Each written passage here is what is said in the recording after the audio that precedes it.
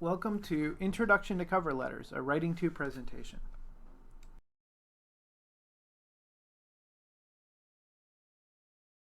When you're planning your cover letter, you want to keep in mind purpose and audience. And those are two things that we've talked about in Writing 1 quite a bit, and they apply to Writing 2. They apply to many things in your college and eventual other careers. So they're good to keep in mind. So let's talk about this with a cover letter. When you're thinking about your purpose for your cover letter, what is the purpose? Well, it's a snapshot of you as a candidate. It's going to highlight your skills and how you fit the job listing. And if you look at the example, which we will here in a later slide, you'll see that those are the things that are generally going to be your purpose, and we'll see examples here in a minute. You want to think about your audience. Well, your audience is generally going to be a pretty general audience of professionals, of maybe executives or human resources people, whatever. So you want to maintain a professional tone. When possible, you want to address a letter to a specific person or department, so you're going to need to do a little bit of research to figure out where exactly that goes. As far as design, you want to use a standard business letter format. And you can find all kinds of examples of this out on the web. Some are better than others. I've found some that are actually pretty lousy.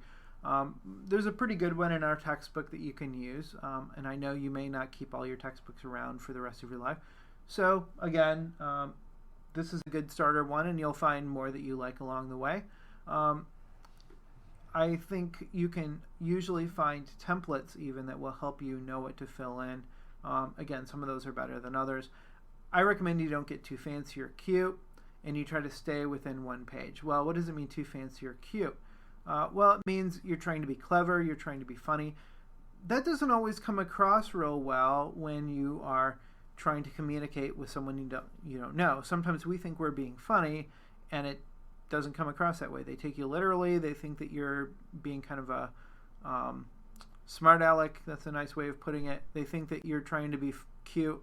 They don't want that. They just want you to get to the information you want to provide and move along. And again, you want to keep it pretty brief. Keep it within one page. As far as the content goes, this is not where you want to practice your creative writing. I love creative writing. That was my main focus when I studied in college for many years, but that's not what we're trying to do here. You're not trying to impress them with your creative writing. You want to follow a basic formula. It's going to be a brief overall statement. You're going to describe your skills and experience, and your goal here is to set up the interview and give them contact information. So looking specifically at what you want to get into here, again, looking at page 320 in the How to Write Anything book, you can see that once we get into the actual content, and this Nancy Lynn has addressed Josh Greenwood specifically, and then Nancy starts off her letter with a reference to who recommended the internship. And that can be a good idea because it's not name dropping per se, but it shows that you know somebody and you've basically had someone who is intelligent and knows a little bit about the job, and someone with some credibility actually thought of you when they heard about this internship. That can make a difference. And then she goes on to discuss why that internship would be an excellent chance. And again, you're not going to talk a lot about what you will gain from the position, because honestly, even with an internship, the employer doesn't care what you gain. Their job is to look at what they gain. So you might start off with a little bit in the introduction, but you're not going to dwell on it. She moves then into the longest paragraph, basically describes her experience and her skills. And yes, you do have some of this information written a little bit differently in the resume. Here's where you're going to really highlight your skills and experience that directly fit the job listing. And this is where maybe your resume, and looking at your resume, maybe you would say, wow, that's really nothing special. Okay, I've worked a couple of jobs that are pretty standard jobs. I haven't done too much that's, extraordinary. So in your cover letter, you want to really directly hit those skills those things that do fit the job that maybe the employer wouldn't see at first glance on your resume. This is your introduction to yourself. And so you can see Nancy here is highlighting some accomplishments that she's had. Then at the last full paragraph in the body there, well, there are two small ones. And the first of those, she says, I am ready now for a job, etc.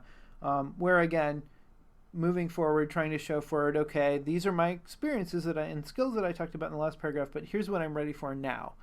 Your job, your internship, your job. And then the last paragraph, you can see, sets up some contact information and talks about bringing in for an interview. You don't want to get super detailed here. Again, you want to keep this to a page. The resume is going to get into more specific details and descriptions if you need that. And again, like I say with the resume too, you want to proofread over and over and over again. Do it multiple times, get multiple people to proofread it. Again, this cover letter is your introduction to yourself. It needs to be very polished, and you don't want to come across as somebody who's sloppy, who doesn't know what you're talking about. The other advice that I have here, I give the same advice for the resume. You want to make sure that you craft your cover letter specific to that audience. That's true. You may have a general one just kind of that you keep in the back of your mind, or you want to save it in a file too, but you want to keep a basic cover letter around for in case you ever are just handing out resumes at a job fair or something similar like that. Again, but for the most part, you want to craft every cover letter specifically for that job, but often you will use a lot of the same elements from one cover letter to the next. So write a standard one, write kind of a general one, and then change it every time that you need to. All right, so what's next? Well, assuming you already watched the resume presentation, you'll want to make sure that you watch the presentation on job seeking best practices. You want to make sure you take the resumes and cover letters quiz, and of course you have your own cover letter to work on, and you can use the rubric that I set up on our course website to make sure that you're doing that pretty well. All right, well, good luck.